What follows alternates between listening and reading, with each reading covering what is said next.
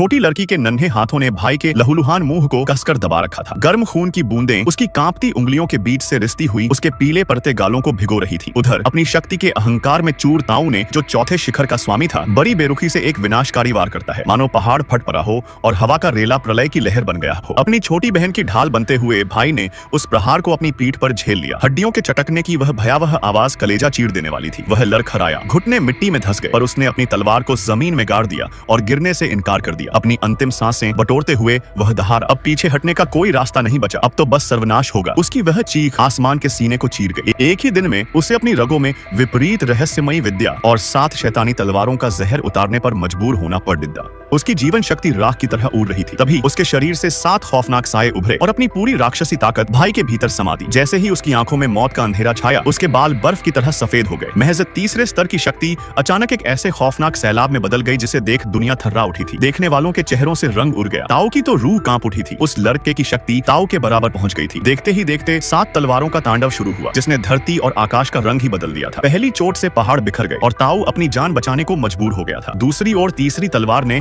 उसके अभेद्य कवच के परखच्चे उड़ा दिए। बिखरते हुए कांच के टुकड़े चेड़ी के फूलों की पंखुद्धियों में बदल गए, जो उसे बीते हुए कल की यादों की वादियों में ले गए थे। जैसे जैसे उसका जीवन दीप बुझ रहा था, उसकी तलवार और भी खूंखार होती जा रही थी। अब ताऊ की भी सांसें फूलने लगी थी, पुरानी यादों की तरफ, और दिल में भरी नफरत ने उसे वो ताकत दी कि उसने अपना सबसे प्रचंड प्रहार किया। ताऊ लहूलुहान होकर गिर पड़ा। उसकी एक एक नस फट चुकी थी। अब बारी थी उस आखिरी प्रहार की। उसने हार नहीं मानी और अपनी आत्मा का अंतिम कतरा उस 7वीं तलवार की धार में झोंक दिया। यह वार अपनी बहन की रक्षा के लिए था। उसे पता था कि इस वार के साथ उसकी अपनी जिंदगी का भी अंत हो जाएगा, पर शायद मौत ही उसे उसकी बिछड़ी हुई प्रेमिका से दोबारा मिला सकती थी। यह सोचकर उसके चेहरे पर एक सुकून भरी मुस्कान आ गई। तभी उसने अपना आखिरी और सबसे शक्तिशाली वार किया। इस वार से न केवल ताऊ के 2 टुकड़े हो गए, बल्कि उसने शहर को भी 2 हिस्सों में बांट दिया था। उसके जीवन की मशाल अब बस बुझने ही वाली थी।